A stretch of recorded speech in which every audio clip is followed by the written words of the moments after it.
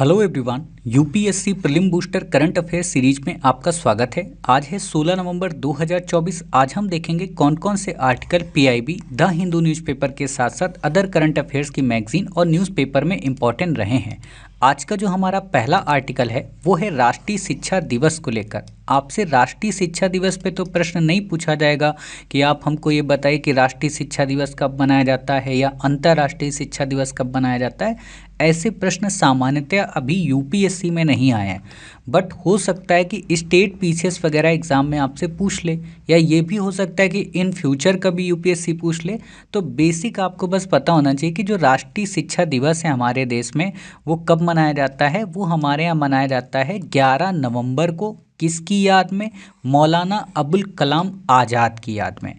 मौलाना अबुल कलाम आज़ाद वही शख्स हैं जिन्होंने कांग्रेस की सबसे लंबे समय तक अध्यक्षता की थी, अधिवेशन जो आप पढ़ते हैं, ठीक है।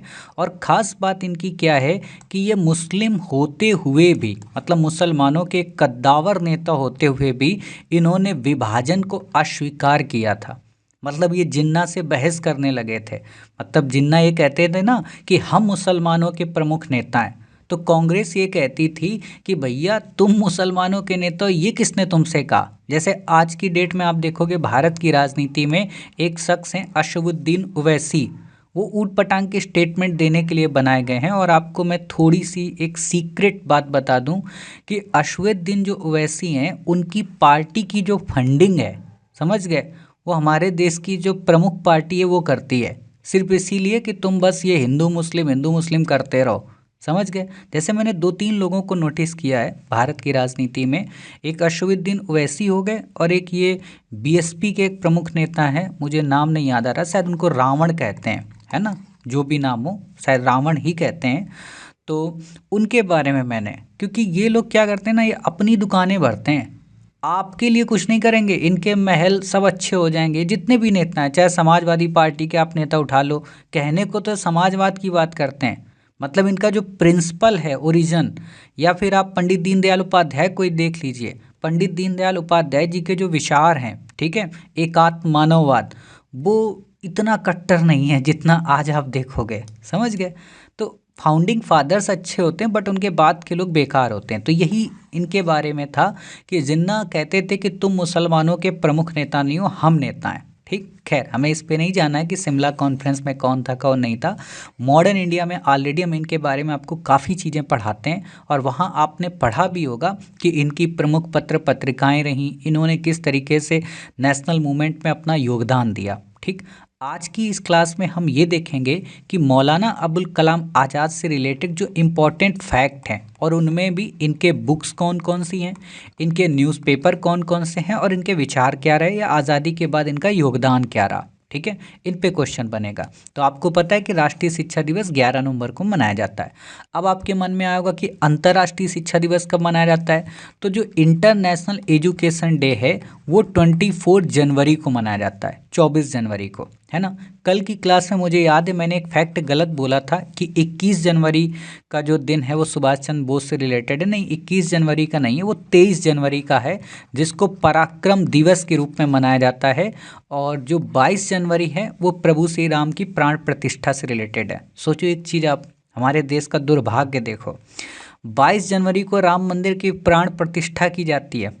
सोचना, 22 जनवरी को राम मंदिर की प्राण प्रतिष्ठा की जाती है, और उसी के एक सप्ताह बाद 30 जनवरी को उस राम के सबसे परम भक्त, ठीक है, महात्मा गांधी की गोडसे के द्वारा हत्या का जश्न भी मनाया जाता है। सोचो राम कितनी दुविधा में होंगे कि मतलब एक वो व्यक्ति जिसके मरने पर उसके मुख से हे राम निकला, ठीक है, और एक वो व्यक्ति, मतलब राम की, मतलब क्या ही कह सकते हो इसमें। ये हमारे देश का दुर्भाग्य है कि एक ही सप्ताह में सारी चीज़ें हो रही हैं। खैर आपको पता हो ये भारत के पहले शिक्षा मंत्री थे, ठीक है। खास बात इनकी क्या है? खास बात इनकी ये है कि इनको अबुल कलाम का जो टाइटल है उसका मतलब है संवादों का देवता, इसलिए इनको दिया गया। ये चीज़ आप हमारे यहाँ एपीजे अब्दुल कलाम के बारे में भी देखते होंगे, है ना। योगदान की बात करें तो कट्टर विरोधी थे विभाजन के, हिंदू मुस्लिम एकता के समर्थक थे। यहाँ पे उल्टा भी दे सकता है कि ये विभाजन के समर्थक थे और हिंदू मुस्लिम एकता के कट्टर विरोधी थे, समझ गए? तो ये भी ध्यान रखना, जल्दबाजी में गलती मत कर देना। एक और ख़ास बात कि इनकी एक किताब है, पत्रिकाएँ हैं, अल हिलाल और अल बिलाग, ठीक है? तो आपसे पूछा जा सकता है, कमेंट बॉक्स में बताओ कि जो लीडर समाचार पत्र है वो किसका है, ठीक है? और एक और आप बता दो, हमदर्द, ये दो किसके हैं? वैसे मॉडर्न इंडिया के फाउंडेशन कोर्स में हमने आपको कवर कराया है, ठीक। बाकी मार्ले मिंटो को लेकर क्या है क्या नहीं, ये मैंने ऑलरेडी आपको पढ़ा रखा है मॉडर्न इंडिया में, तो यहाँ आपको याद नहीं रखना है, ठीक है, कि मार्ले मिंटो सुधार में क्या हुआ था। पृथक निर्वाचक की बात की गई थी मुसलमानों की, जिसको लेकर इन्होंने विरोध किया था। मतलब इनका कहना था कि पृथक निर्वाचन की व्यवस्था कहीं ना कहीं भारत के विभाजन की एक जड़ है, एक बीज है, और जो कि आप देखते हो 1947 में देखने को मिलता है। अल हिलाल पत्रिका के बारे में आपको बेसिक बस इतना पता हो, इससे ज़्यादा आपको याद नहीं रखना है। फर्स्ट वर्ल्ड वॉर के बारे में आपको चीज़ें याद नहीं रखनी, आपसे क्वेश्चन नहीं पूछा जाएगा। गांधी जी के असहयोग आंदोलन में इन्होंने सहयोग किया था और 1920 में कांग्रेस में शामिल भी हुए थे, ठीक है। भारतीय राष्ट्रीय कांग्रेस की अध्यक्षता करने वाले सबसे कम उम्र के व्यक्ति भी बने थे, ये भी ध्यान रखना, ठीक है। 35 वर्ष की उम्र में सबसे कम आयु में, ठीक। और 1940 में फिर से कांग्रेस के अध्यक्ष बने और 1946 तक बने रहे, सबसे इंपॉर्टेंट चीज़। और कल की क्लास में आपने पढ़ा होगा कि 1946 में फिर किसको बनाया गया था? जेबी कृपलानी जी को। बहुत बार, मतलब बहुत बार क्या, मैं खुद ही आज से 10 साल पहले मैं खुद ही कंफ्यूज रहता था कि यार कहीं ऐसा तो नहीं कि आज़ादी के समय यही रहे हों, बट जेबी कृपलानी जी की एंट्री हो जाती है। तो सबसे ज़्यादा समय तक और सबसे कम उम्र के व्यक्ति यही थे कांग्रेस की अध्यक्षता करने वाले। अब एक क्वेश्चन स्टेट पीसेस वगैरह में पूछा जाता है कि किसने सबसे ज़्यादा बार कांग्रेस की अध्यक्षता की, तो जहाँ तक मुझे याद है 3 बार ही, अधिकांशतः 2-3 लोग रहे हैं, बाकी आपसे क्वेश्चन नहीं पूछा जाएगा, ठीक है। शिक्षाविद का मतलब एक विद्वान, एक स्कॉलर, हिंदी में शिक्षाविद को स्कॉलर बोलते हैं, ठीक है। बाकी आपको यहाँ पे याद नहीं रखना है, आप इन चीज़ों को पढ़ सकते हो। जामिया मिलिया इस्लामिया के संस्थापक सदस्यों में थे, और आप देख रहे होगे कि आजकल जामिया मिलिया इस्लामिया का रिजल्ट मतलब बेहतरीन आता है यूपीएससी में। देखो हमारे देश में क्या है ना, हिंदी मीडियम का जो बच्चा है ना, उसको मैं एक शब्द से निरूपित करूँगा, लीचड़ है ना। लीचड़ शब्द क्यों मैं यूज कर रहा हूँ, गंदा शब्द है। लीचड़ इसलिए मैं कहूँगा क्योंकि हिंदी मीडियम का बच्चा बातें खूब बड़ी बड़ी करेगा, और इसमें कोई संदेह नहीं कि उसके अंदर एनर्जी नहीं है, बहुत एनर्जी है, बहुत क्षमताएं हैं। एक इंग्लिश मीडियम के बच्चे से ज़्यादा उसके अंदर मेहनत करने की काबिलियत है, लेकिन उसके अंदर लीचड़पन है। लीचड़पन कैसा? कल कर लेंगे, स्टेट पीसेस की तैयारी कर लेंगे, इसका फॉर्म भर देंगे, उसका फॉर्म भर देंगे, मतलब उसको अपने गट्स पे यकीन नहीं है। और गट्स पे यकीन ना होना उसकी दिक्कत नहीं है, गट्स पे यकीन ना होना उसके समाज की दिक्कत है, उसके परिवार की दिक्कत है। क्योंकि वो लोग समाज का जो प्रेशर होता है ना, आजकल परिवार के जो सदस्य हैं वो अपने बच्चों पे डाल देते हैं। वो ये कभी नहीं कहते हैं कि यार कोई बात नहीं, तुम यूपीएससी पे फोकस हो जाओ, जब तक अटेम्प्ट है तब तक यूपीएससी ही दो। आप में से हर एक बच्चा जो तैयारी करता है, जो लास्ट कई वर्षों से यूपीएससी में फेल हो रहा है, ईमानदारी से दिल पर हाथ रखकर मुझे बताना, क्या सच में आपने ईमानदारी से यूपीएससी को 36 महीने दिए हैं? सिर्फ यूपीएससी को। क्या उन 36 महीनों में आपने खुद के नोट्स बनाए हैं? क्या आपने उन 36 महीनों में क्विज की प्रैक्टिसेस की हैं? क्या उन 36 महीनों में खुद के सिनॉप्सिस आपने तैयार किए हैं? क्या उन 36 महीनों में आपने रिवीजन किया है? तो आपका जवाब आएगा नहीं। तो जब नहीं जवाब आता है ना, तो इसीलिए आपका पीडीएफ में नाम नहीं होता है। मैं यही कहता हूँ कि आप मेहनत करो, एक ही चीज़ पे फोकस रखोगे तो परीक्षा निकाल लोगे। मैं खुद अपनी क्लास देखता हूँ, मतलब मेरी क्लास के बच्चे नहीं देखते हैं, कम देखते हैं, 25, 30, 50, 100, 150 अच्छी क्लासेस हैं। लेकिन वही है कि जिस दिन ये श्री आईएएस एकेडमी जामिया मिलिया इस्लामिया की तरह रिजल्ट दे देगी ना, उस दिन लोग नीचे रोड पे लाइन लगाए खड़े होंगे कि अरे मास्टर हमको पढ़ा दो, मास्टर हमको पढ़ा दो, हम जानते हैं मास्टर आप कैसे थे कैसे नहीं थे। और मुझे बस हंसी आएगी। ऐसा नहीं कि मैं उनको नहीं पढ़ाऊंगा, क्योंकि मेरा तो शिक्षक देखो किसी का दुश्मन नहीं होता है, और यदि वो शिक्षक दुश्मन हो रहा है किसी अभ्यर्थी का, तो वो शिक्षक नहीं है। शिक्षक बस मुस्कुराता है अपने बच्चे जो उसके अभ्यर्थी होते हैं, जब वो उसकी बात नहीं मानते और फिर आके कहते हैं कि हाँ सर आप सही थे, तो बस वो मुस्कुराएगा, वो बदला नहीं लेगा कि अच्छा तुम ऐसे थे वैसे थे। ये बेकार की चीज़ है, फिर वो शिक्षक नहीं है, फिर वो बाजारू इंसान है, ठीक है। तो मेरा यही कहना, आप लीचड़ मत बनो, है ना। मेहनत जो आप करते हो उसको परिणाम में तब्दील करो, और परिणाम में तब्दील करने के लिए आपको चाहिए केवल फोकस। अपनी तैयारी पे फोकस करो। जैसे मैं एक लाइन हमेशा पढ़ता हूँ, कई जगह मुझे मिली हैं वो लाइनें, लेकिन वो लाइन मुझे बहुत प्यारी लगती है।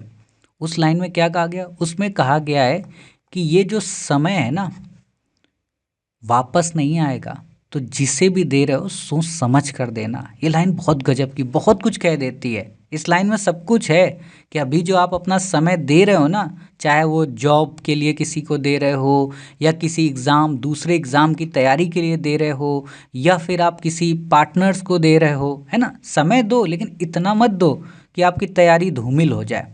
ठीक, श्रद्धा बनो, मनोज बनो, लेकिन ऐसे भी श्रद्धा मनोज मत बनो कि केवल मुखर्जी नगर और करोल बाग या नोएडा आजकल या इलाहाबाद की गलियों तक ही सीमित रह जाओ, है ना। लंबी यात्रा करो लवासना तक, और उसके लिए टाइम पढ़ाई में दो।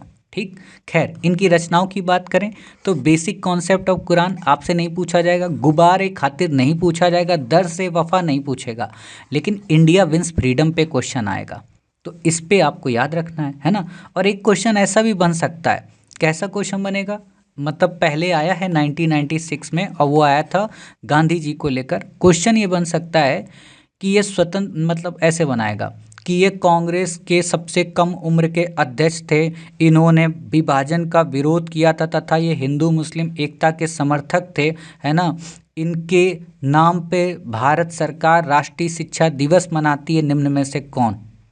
ये आपको दे देगा, ये भारत के स्वतंत्र भारत के प्रथम शिक्षा मंत्री थे, इन्होंने इंडिया विंस फ्रीडम नामक पुस्तक लिखी थी, साथ ही अल हिलाल नामक इनकी साप्ताहिक पत्रिका थी, निम्न में से कौन। समझ गए। इन्होंने शिमला वार्ता में कांग्रेस का प्रतिनिधित्व किया था, निम्न में से कौन। तो ये चीज़ें पता हो। ठीक, बाकी आपको बेसिक चीज़ें पता हो कि इनके काफ़ी सारे योगदान रहे, इन्होंने देश में काफ़ी सारे इंस्टीट्यूट्स के इस्टेब्लिशमेंट में भूमिकाएं निभाई। जैसे कहते हैं ना कि पंडित जवाहरलाल नेहरू का जो विजन था, उस विजन को धरातल पर जिसने उतारा वो यही थे। ठीक, तो आपसे यहाँ पे एक क्वेश्चन ये भी बनेगा कि UGC, AICTE, CSIR, ICCR, IIT, इनको सीक्वेंस में लगाओ। तो इनकी आप इस्टेब्लिशमेंट डेट याद कर लो, है ना। ये डेट आप लिख लो यहाँ पे, ताकि आप भूल ना पाओ और सीक्वेंस आपको फिर याद हो जाए। अभी लिख लो, फिर बाद में अपना क्लास जब एंड हो जाए तो सीक्वेंस में लगा लेना। ठीक है, जैसे यूजीसी की स्थापना हुई थी 1956 में, 1956 में। एआईसीटी मतलब ऑल इंडिया जो टेक्निकल एजुकेशन है, इसकी जो स्थापना हुई थी 1945 में। ठीक है, 1945 में। सीएसआईआर जो है इसकी स्थापना हुई थी 1942 में, 1942 में। ठीक है, और आईसीसीआर जो है इसकी स्थापना हुई थी 1950, 1950 में। आईआईटी जो खड़गपुर है उस इसकी स्थापना हुई थी 1951 में। ठीक है, तो इतने फैक्ट आपको याद करने। और फिर बात आती है यहाँ पे आपकी अन्य जो संस्थाएं हैं, जिनमें से ये साहित्य अकेडमी है। साहित्य अकेडमी की स्थापना हुई थी 1954, 1954। संगीत नाटक अकेडमी, इनको वैसे हम आप आगे आपको पढ़ाएंगे किसी ना किसी क्लास में। संगीत नाटक अकेडमी की 1953 में, और ललित कला जो अकेडमी थी उसकी 1954 में। ठीक, अब कुछ बच्चों को लग रहा होगा अरे मास्टर आपकी मेमोरी तो बहुत अच्छी है, इतने फैक्ट कैसे याद किए हो। तो ये सब हवाबाजी है ना। ये मेरे स्लिप में सामने रखे हुए हैं, उसी से देख के मैं आपको बस बता रहा हूँ ये डेट। देखो जब मुझे फैक्ट याद करने होते हैं ना, तो मैं ऐसे ही ये वाले डेट वाले फैक्ट मुझे नहीं याद हो सकते हैं। वैसे मेरे को फैक्ट आप पूछ लो, लेकिन ये नहीं याद हो सकता है ना। तो ये मैं आपको इसलिए बता दिया, ये मत समझना मास्टर का दिमाग कितना अच्छा है। सीधी सी बात, ईमानदारी से चलो ना, बेईमाने से क्यों चलो। मान लो कल आप दे दो आके ऐसे ही फैक्ट, सर आप याद करके सुनाओ, तो कहाँ सुनाते आपको। ठीक, तो जो भी रियलिटी वो आपको मैंने बता दी। ठीक, तो ये फैक्ट आपको याद करने, बाकी आपसे यहाँ पे क्वेश्चन नहीं पूछा जाएगा और ना ही आपको यहाँ पे याद रखना है। ठीक है, बाकी आपको पता हो कि भारत रत्न से इनको सम्मानित किया गया था। अगला आर्टिकल हमारा जनजातियों में आजीविका संवर्धन। आजीविका का मतलब उनको रोजगार के अवसर प्रोवाइड कराना। ये आपसे नहीं पूछा जाएगा, मैंने बस ये आर्टिकल आपको इसलिए दिया है क्योंकि इसमें कुछ फैक्ट हैं। फैक्ट कैसे कि जो हमारे देश की शेड्यूल्ड ट्राइब है वो 8.6% है टोटल पॉपुलेशन का, जो 2011 में काउंट की गई। ठीक, तो ये याद रखना है एक फैक्ट के रूप में। दूसरा आपको ये याद रखना है कि 730 शेड्यूल्ड ट्राइब्स हैं। ठीक है, जो कि आर्टिकल 342 2 के तहत कॉन्स्टिट्यूशन में मेंशन है, नोटिफाइड की गई। आर्टिकल 342 किससे रिलेटेड है? शेड्यूल ट्राइब से। अब शेड्यूल ट्राइब आप यहाँ पढ़ते हो, शेड्यूल ट्राइब से रिलेटेड जो आयोग है वो आप इंडियन पॉलिटी में पढ़ते हो, तो उस पर भी आपसे क्वेश्चन पूछा जा सकता है कि वो कॉन्स्टिट्यूशनल है या आपका स्टेचुरी बॉडी है, तो वो वहाँ पे मैं पढ़ाता हूँ आपको, ठीक। फिर बात आती है पीवीटीजी, मतलब इसी शेड्यूल ट्राइब में कई सारी ऐसी ट्राइब होती हैं जो और भी ज़्यादा खतरे में होती हैं, है ना, जिनको बोलते हैं पर्टिकुलर वनरेबल ट्राइब ग्रुप्स। इस पे यूपीएससी क्वेश्चन पूछ चुकी है और इसी पे पूछा था कि 75 है कि 78 हैं, तो आपको पता हो 75। एक और ख़ास बात यह कि उड़ीसा में सबसे ज़्यादा पीवीटीजी हैं, ध्यान से सुनना मेरी बात। 75 पीवीटीजी ट्राइब को नोटिफाइड किया गया है और उन 75 में सबसे ज़्यादा जो नंबर्स हैं वो उड़ीसा में पाए जाते हैं। क्लियर। अब अगली बात कि मध्य प्रदेश एक ऐसा स्टेट है जहाँ पर सबसे ज़्यादा ट्राइबल पॉपुलेशन है, तो ये फैक्ट अलग है, ये फैक्ट अलग है। और भील जो है वो लार्जेस्ट ट्राइबल ग्रुप है, मतलब ट्राइबल ग्रुप है फॉलोड बाय द गोंड, है ना। बाकी आपको यहाँ पे याद नहीं रखना है, इससे ज़्यादा आपसे क्वेश्चन नहीं पूछा जाएगा, ठीक। अब कुछ बच्चे सोचेंगे सर दृष्टि आईएएस का आप ये लिए हो, देखो मेरा सीधा सा एक ही मकसद है, ना तो मेरी दृष्टि आईएएस से लड़ाई है, ना मेरी विजन से लड़ाई है, ना ही देश के किसी प्रतिष्ठित संस्थान से लड़ाई है। मेरा बस कंपटीशन है सिर्फ यूपीएससी से, ठीक। तो यूपीएससी को अगर मुझे हराना है, जहाँ कोई मुझे अच्छा दे रहा है मैं वहाँ से उठा के आपके भले के लिए कर लेता हूँ, कोई मुझे कुछ भी कहे क्या जाता है। एक बात बताओ, जब हमारे भारत के संविधान में हर चीज़ ली गई है, अच्छी अच्छी चीज़ें, हमने सब कुछ तो नहीं लेते हैं, अच्छी अच्छी चीज़ें लेते हैं, तो अच्छी चीज़ें हम भी ले रहे हैं, क्या दिक्कत है? इसीलिए तो हमारा संविधान यूनिक है और इसीलिए श्री आईएएस एकेडमी की जो ये मैगजीन है ये यूनिक है। क्यों? क्योंकि हम हर जगह से अच्छा अच्छा बटोरते हैं, ठीक। बाकी आपको नहीं याद रखना है। चर्चा में क्यों रहा है वैसे ये तो पता हो कि उड़ीसा का जो कंधमाल है, वैसे उड़ीसा में कंधमाल हल्दी भी है, ठीक है। तो उड़ीसा के जो कंधमाल रीजन है वहाँ पर आम की गुठली खाने से कई सारे जनजाति जो समुदाय हैं उनका जीवन प्रभावित हुआ, मतलब कुछ लोगों की मृत्यु भी हो गई, ठीक है। क्यों मृत्यु हो गई? क्योंकि पता हो कि आम की गुठली जो है जब उसमें रस निकल जाता है तो उसके बाद उसके अंदर एमिग्लाडलिन, कई सारे बच्चे होंगे जो खाते होंगे, जैसे मैं खाता था, ठीक है। तो एमिगडालिन कह सकते हो, एमिगडालिन है, डार्लिंग नहीं बोल रहा हूँ मैं, ठीक है। एमिगडालिन जैसे विषाक्त हाइड्रोजन साइनाइड गैस निकलती है वो इसमें पाए जाते हैं, है ना, साइनोजेनिक ग्लाइकोसाइड। आपसे इतना सब नहीं पूछा जाएगा। एक क्वेश्चन ये आ सकता है कि हाल ही में चर्चा में रहा एमिगडालिन क्या है, तो आप बता देना कि एक तरीके का विषाक्त पदार्थ है, आप बता देना कि ये साइनोजेनिक ग्लाइकोसाइड है ना। बाकी आपसे क्वेश्चन नहीं पूछा जाएगा, आपको याद नहीं रखना है। अब बात आती भारत में कौन कौन सी प्रमुख जनजातियां हैं, तो उनके लिए आप इस मैप को देख लो। वैसे हम अलग अलग आपको हर चीज़ कराते ही रहते हैं।